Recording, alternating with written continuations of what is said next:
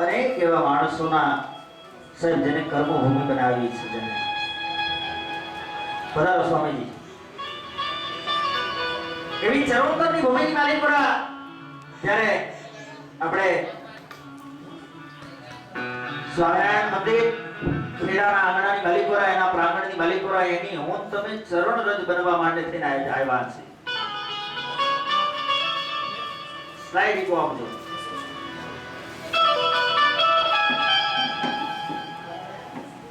આ જગ્યા છે,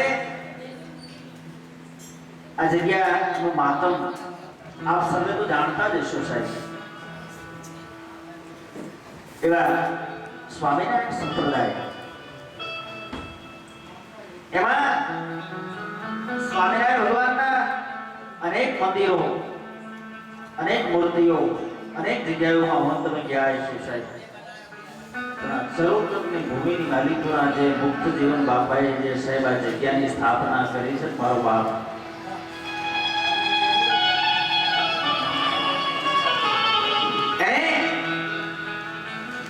મારા તમારા હું તો ત્યાં સુધી કહું સાહેબ,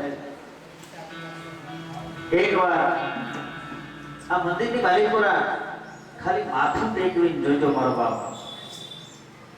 આ મંદિરની માલિકપુરા ખાલી માથું ટેકવીને જાજો અને સાહેબ તમારા અટકેલા કામ જો અધૂરા પૂરા ન કરે તો સાહેબ વિપુલસિંહ વાળીએ કાલથી ગાવાનો ધંધો મૂકી દે.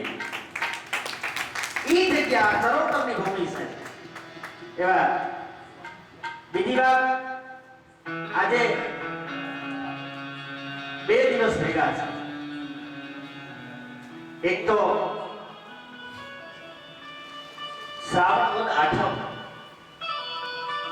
એટલે કૃષ્ણ જન્મોત્સવ.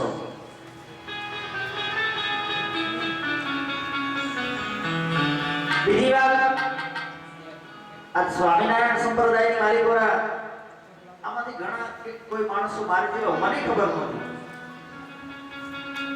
સ્વીકારું છું, મને ખબર નહોતી સાહેબ.